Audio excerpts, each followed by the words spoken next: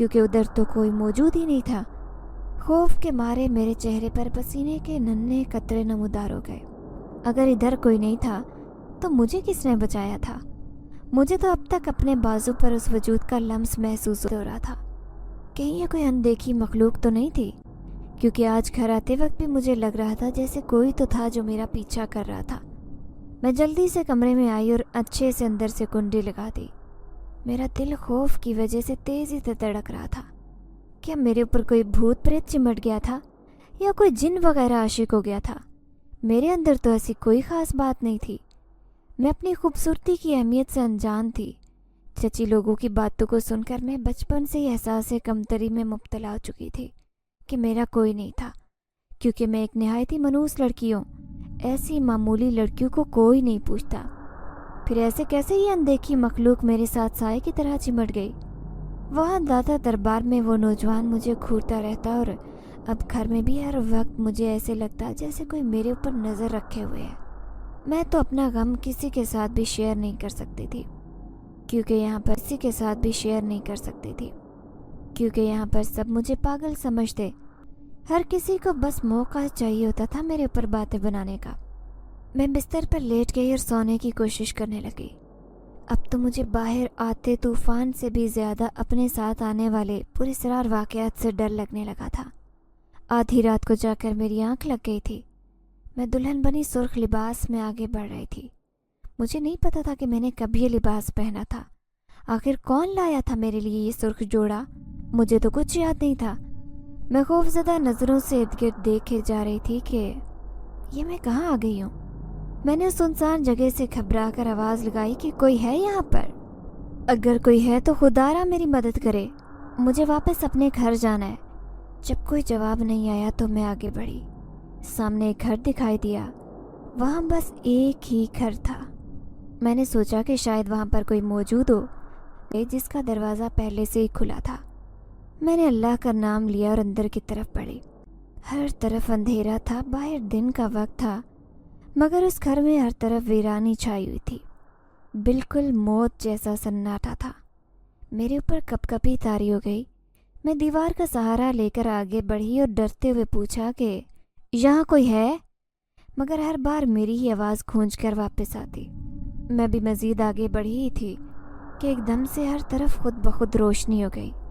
میں اس گھر کے صحن میں کھڑی تھی اور جگہ جگہ لگی تصویروں پر جب میری نظر پڑی تو میرے پیروں سے جیسے کسی نے زمین کھینچ لی۔ یہ سب کیا تھا آخر؟ دیوار پر ڈھیر ساری تصویریں تھیں جن میں اسی نوجوان کے ساتھ ہنستی مسکراتی میں کھڑی تھی۔ ہم دونوں تصویروں میں ایک دوسرے کے بہت قریب تھے۔ ایسے لگ رہا تھا جیسے ہمارے درمیان کوئی بہت گہرا رشتہ ہو۔ اس نوجوان نے میرے کندھے پر ہاتھ رکھا تھا اور میری آنکھ، مجھے بالکل یاد نہیں تھا کہ آخر میں نے یہ کب اس کے ساتھ کھنچوائی تھی۔ میں تو ایک غیر شادی شدہ لڑکی تھی جس نے لڑکوں سے آج تک ایک سے دوسری بات تک نہیں کی تھی۔ پھر یہ کیسے ممکن تھا کہ میں ایک نامحرم کے اتنے قریب جاتی؟ مجھے دال میں کچھ کالا لگ رہا تھا۔ یہ سب آخر ہو کیا رہا تھا؟ کون تھا یہ شخص اور کیوں میرے ساتھ جونک کی طرح چمٹ گیا تھا؟ میں اس جگہ پر آخر کیسے آئی اور یہ لباس کس لیے پہن رکھا تھا؟ میری شادی تو نہیں ہو رہی تھی۔ چچی نے اب تک میرا رشتہ نہیں طے کیا تھا۔ پھر میں یہ لہنگا پہنے کیوں کھڑی تھی؟ ایک دم سے مجھے اپنے پیچھے قدموں کی آہٹ محسوس ہوئی۔ میں یہی سمجھی کہ یہ بھی میرا وہم ہوگا، کیونکہ یہ سب تو اب روز کا معمول ہو گیا تھا۔ مجھے اپنے ارد گرد کسی کی موجودگی کا احساس ہوتا، مگر وہ جو کوئی بھی تھا مجھے دکھائی نہیں دیتا تھا۔ شاید کوئی اندیکھی مخلوق تھی جو بس مجھے ہراساں کر رہی تھی۔ مگر پھر جب ایک دم بھاری آواز میں اس نے مجھے پکارا تو میرے رونگٹے کھڑے ہو گئے۔ خوش آمدید آفرین، میری دنیا میں آ کر تمہیں کیسا لگ رہا ہے؟ میں اس بھاری مردانہ آواز کو سن کر جھٹکے سے مڑی۔ میرے سامنے وہی نوجوان کھڑا تھا جو داتا دربار میں مجھے گھور رہا تھا۔ اب یہاں ان تصاویر میں میرا شوہر بن کر کھڑا تھا۔ میں نے اسے گھبراتے ہوئے پوچھا کہ تم کون ہو اور مجھے یہاں کیوں لائے ہو؟ میں نے تمہارا کیا بگاڑا ہے جو تم میرے پیچھے پڑ گئے ہو؟ بولو۔ میں نے اسے ایک ساتھ کئی سوال کر ڈالے مگر وہ خاموشی سے میری طرف دیکھ رہا تھا۔ نہ جانے کیوں وہ میرا چہرہ اتنی محویت سے دیکھتا تھا۔ مجھے اس بات میں کوئی بہت گہرا راز لگتا۔ ایسا لگتا تھا کہ اس راز کے افشا ہونے سے ایک بھیانک طوفان میری زندگی میں آ جائے گا، میری زندگی بالکل بدل جائے گی۔ میں بھی یہی سوچ رہی تھی کہ ایک دم سے بدل جائے گی۔ میں بھی یہی سوچ رہی تھی کہ ایک دم سے دھڑم کی آواز کے ساتھ میری آنکھ کھلی۔ میرا سر جیسے ایک دم کسی سخت چیز سے لگا تھا۔ میں نے دیکھا اس وقت میں اپنے کمرے میں موجود تھی اور زمین پر گری ہوئی تھی۔ اس کا مطلب تھا کہ وہ سب ایک بھیانک خواب تھا اور میں نیند میں ہی بستر سے گر گئی تھی۔ مگر جو بھی تھا اس خواب نے مجھے سہما کر رکھ دیا۔ میرا دل گھبرا رہا تھا، جیسے کچھ برا ہونے والا تھا۔ آج سے پہلے کون سا میں اتنی خوشحال زندگی جی رہی تھی؟ ہر کسی کی غلامی کر کے ہی میرے دن گزرتے تھے، مگر اب تو ایسے لگتا جیسے کسی سائے نے میرے پر قبضہ کر رکھا ہے۔ میں کسی اندیکھی طاقت کی نظر میں آ گئی تھی۔ میں اٹھی تو ابھی صبح کی اذان ہو رہی تھی۔ میں نے وضو کیا اور فجر کی نماز ادا کی۔ اپنے رب کے آگے سجدہ ریز ہو کر میں نے رو رو کر دعائیں مانگی کہ مجھے اس اذیت سے نکال دے۔ مجھے کچھ سمجھ نہیں آ رہی تھی کہ آخر میرے ساتھ کیا ہو رہا تھا۔ پھر سب کچھ اپنے کہ چچی نے مجھے روک لیا اور وہ کہنے لگی، آج تو دوپہر کے بعد جانا، ابھی شام میں میری بیٹی کو دیکھنے کے لیے رشتے والے آنے والے ہیں، تو تجھے سارے گھر کی صفائی کرنی ہے، پھر کھانا بھی پکانا ہے۔ ان کی بات سن کر تو میرا دل جیسے بیٹھنے لگا۔ اگر میں دوپہر میں نکلی تو واپس آتے وقت تو رات ہو جانی تھی، کیونکہ اتنی جلدی تو پھول نہیں بکتے تھے اور اس وقت تو اتنے لوگ بھی نہیں آتے تھے۔ یہ بات چچی کو بھی پتہ تھی، مگر اس وقت ان کو میرے سے دوسرے کام تھے جو کہ زیادہ ضروری تھے، تو انہوں نے مجھے روک لیا۔ وہ چاہتی تھی کہ ان کی بیٹی کا رشتہ اسی امیر گھرانے میں ہو جائے جس کی وجہ سے وہ اتنا اہتمام کروا رہی تھی۔ مجھے انہوں نے سختی سے کہہ دیا کہ گھر کو شیشے کی طرح چمکاؤں۔ میں بسم اللہ کہتی کام میں لگ گئی۔ ساری صاف صفائی کرنے کے بعد میں نے 4-5 قسم کے کھانے بنائے تو دوپہر کے 3 بج رہے تھے۔ میں نے چچی کی منت کی کہ کیا آج میں چھٹی کر سکتی ہوں؟ ویسے بھی اب تو پورا دن گزر چکے، لوگ آتے تھے، مگر انہوں نے مجھے سختی سے ٹوک دیا کہ اگر تو نہ گئی تو میں نے تیری ٹانگیں توڑ دینی ہے، سمجھی؟ میں اچھی طرح سمجھتی ہوں کہ تو کس وجہ سے گھر پر رکنا چاہتی ہے۔ میں نے ناسمجھی سے پوچھا کہ وہ کیا کہنا چاہ رہی ہیں۔ وہ کہنے لگی کہ تو ضرور یہی چاہتی ہوگی کہ میری بیٹی کو جو لوگ دیکھنے آ رہے ہیں وہ تجھے پسند کر کے جائیں۔ پہلے ہی کتنے رشتے میری بیٹی کے آئے، تیری وجہ سے خراب ہو چکے ہیں، مگر اس دفعہ ایسا نہیں ہونے دوں گی۔ اگر تو اپنا یہ چہرہ لے کر غلطی سے بھی ان کے سامنے آئی تو مجھے دھکے دے کر اس گھر سے باہر نکالوں گی۔ میرا بس چلے تو میں تیرا چہرہ نوچ لوں، جس کی وجہ سے ہر کوئی تجھے پسند کرتا ہے اور میری بیٹی کو انکار کر کے چلے جاتے ہیں۔ ان کی باتوں سے صاف لگ رہا تھا کہ وہ حسد کی آگ میں جل رہی تھی۔ مجھے ان کی سوچ پر بہت افسوس ہوا۔ میں نے تو آج تک ایسا خواب میں بھی نہیں سوچا تھا کہ چچی کی بیٹی کا رشتہ نہ ہو۔ میں تو خود چاہتی تھی کہ جلد از جلد وہ اپنے گھر کی ہو جائے اور میرے روز کی چک چک سے بچ جائے۔ پھر میں خاموشی سے دربار کی طرف آ گئی۔ وہاں پہنچی تو مجھے کوئی دکھائی نہ دیا۔ میں پہلے تو گیٹ کے پاس ہی کھڑی رہی، مگر یہاں تو ایسا سناٹا تھا کہ میری جیسی جوان لڑکی کا اکیلے رہنا خطرے سے خالی نہیں تھا۔ میں وہ پھول لے کر اندر چلی گئی، مگر اندر بھی جب کوئی نہ دکھائی دیا تو میں نے سوچا کہ کیوں نہ آج دربار پر میں بھی حاضری دوں اور اللہ کو اس کے نیک بندے کا واسطہ دے کر دعا مانگوں۔ کیا پتہ میری اس بے رونق زندگی میں کوئی تبدیلی آ جائے۔ میں اندر گئی دربار پر اور فاتحہ پڑھ کر اپنے اللہ سے صدقے دل سے دعا کی۔ میں باہر نکلی ہی تھی کہ کسی وجود سے ٹکراتے ہوئے بچی۔ سامنے دیکھا تو چہرہ لٹھے کی مانند سفید پڑ گیا، وہی نوجوان کھڑا تھا۔ میں جلدی سے وہاں سے جانے لگی کیونکہ آج تو دربار میں کوئی اور انسان تھا بھی نہیں۔ اوپر سے جب میں نے وہ بھیانک خواب دیکھا، مجھے اس آدمی سے اور بھی ڈر لگنے لگا، مگر اس آدمی نے مجھ سے التجا کی تو میرے قدم وہیں ساکت ہو گئے۔ آفرین، آپ کو اللہ کا واسطہ ہے میری مدد کریں، آپ میری صرف آپ ہی مدد کر سکتی ہیں۔ میں اگر مزید کچھ عرصہ اس اذیت میں رہا تو جل کر بھسم ہو جاؤں گا۔ میں نے مڑ کر دیکھا تو نوجوان کی آنکھوں میں آنسو تھے۔ اتنا تو مجھے پتا تھا کہ اس کو کسی بات کا روگ لگا تھا، مگر وہ اتنی تکلیف میں تھا کہ مضبوط مرد ہو کر رو پڑا تھا، تو میرے دل میں اس کے لیے ہمدردی پیدا ہوئی۔ میں نے پوچھا کہ میں بھلا کیسے مدد کر سکتی ہوں آپ کی؟ اس نے کہا کہ میں ایک شہنشاہ جن زاد ہوں۔ میری بیٹی جو کہ ایک جن زادی ہے، وہ بہت ہی مکار جادوگر کی قید میں آ گئی ہے۔ وہ اس کو مارنا چاہتا ہے تاکہ میں بھی اس تکلیف سے جل کر خاک ہو جاؤں۔ میں اس جن ذات کی بات سن کر سمجھ گئی تھی کہ وہ اندیکھی طاقت یہی تھی جو میرے آس پاس ہوتی تھی۔ پھر اس نے کہا کہ میری بیوی کی شکل ہو بہو آپ کے جیسی دکھتی ہے۔ اگر آپ مجھ سے وقتی طور پر شادی کر لیں تو اس جادوگر کو لگے گا کہ میں نے آپ کے ساتھ اپنا رشتہ بنا لیا ہے۔ وہ پھر میری بیوی کو چھوڑ دے گا، جس کے بعد میں اس جادوگر سے بیوی لیتے ہوئے اس جادوگر کا کام تمام کر دوں گا۔ میں نے اس کی بات مان لی تھی۔ ہماری شادی اسی دن دربار کی امام نے کروائی تھی، جس کے بعد اس جن ذات نے اس جادوگر کا خاتمہ کر ڈالا۔ وہ اپنی جن ذات بیوی کو حاصل کر چکا تھا جو کہ واقعی میری ہم شکل تھی۔ اس جن ذات نے مجھے انعام کے طور پر دنیا جہان کی دولت دی اور مجھے اس نام نہاد رشتے سے بھی آزاد کر دیا۔ میں اس دولت کو لے کر دوسرے شہر آ کر آباد ہو گئی۔ ناظرین، اگر آپ کو آج کی یہ کہانی اچھی لگی ہو تو ویڈیو کو لائک ضرور کریں۔ اگر آپ کو ایسی دہشت ناک دل کو جکڑ دینے والی کہانیاں پسند ہیں تو ایسی ایک کہانی روزانہ سننے کے لیے ہمارے چینل کو سبسکرائب کریں۔ اجازت چاہتے ہیں، اللہ حافظ۔